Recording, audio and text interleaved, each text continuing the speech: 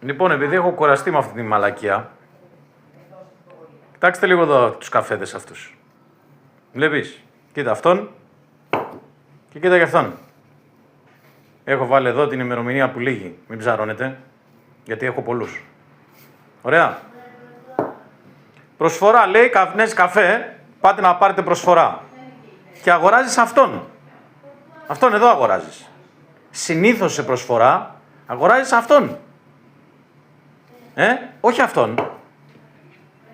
Δεν αγοράζεις αυτόν. Πρόσεξε. Αγοράζεις αυτόν. Με πεις. Τι νομίζεις. Έχω βάλει την ημερομηνία λήξεως. Είπα μην τσιμπάτε εδώ πέρα. Τι νομίζεις. Ότι δεν έχει διαφορά αυτός με αυτόν. Νομίζεις ότι αυτός και αυτός είναι ίδιος. Αυτός είναι προσφορά. Αυτός δεν είναι προσφορά.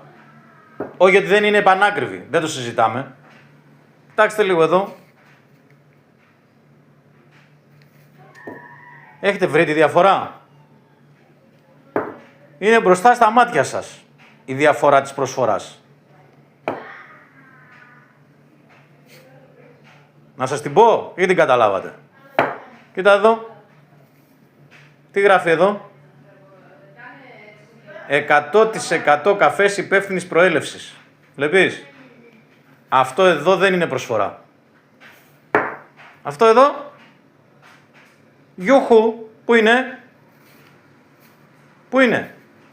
Το γράφει πουθενά.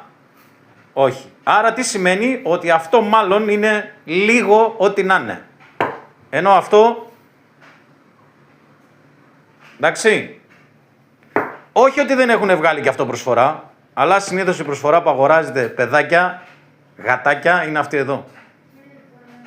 Έτσι για να μαθαίνετε, εσείς που το παίζετε πορωμένοι του Νεσκαφέ, υπάρχει διαφορά στη γεύση. Υπάρχει. Μικρή διαφορά. Εγώ το νιώθω αυτόν πιο πικρό.